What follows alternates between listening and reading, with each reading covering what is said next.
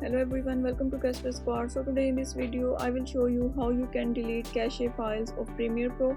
So before I start my video, please subscribe my YouTube channel and press the bell icon button. Let's start the video. So first open your Premiere Pro, and when you import a file into a Premiere Pro project, various type of media cache files created.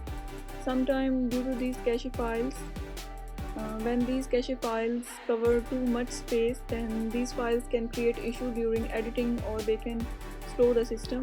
So how you can delete cache files of Premiere Pro? Just go to preferences and here navigate media cache. Click on this media cache. So here you see remove media cache files, or in bottom you see three options. Do not delete cache files automatically delete cache files older than 90 days, or third is automatically delete oldest cache files when cache exceed 23 GB. So you can select any one option. I select this first option, do not delete cache files automatically.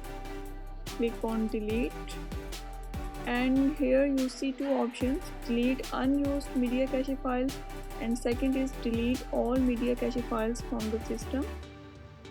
So if I try to delete this media cache file, then I can't because the project is open. So first delete this. OK, click OK, and now close the project.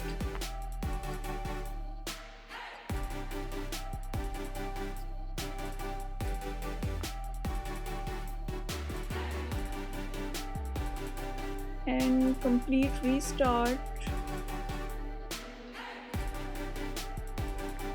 Premiere Pro.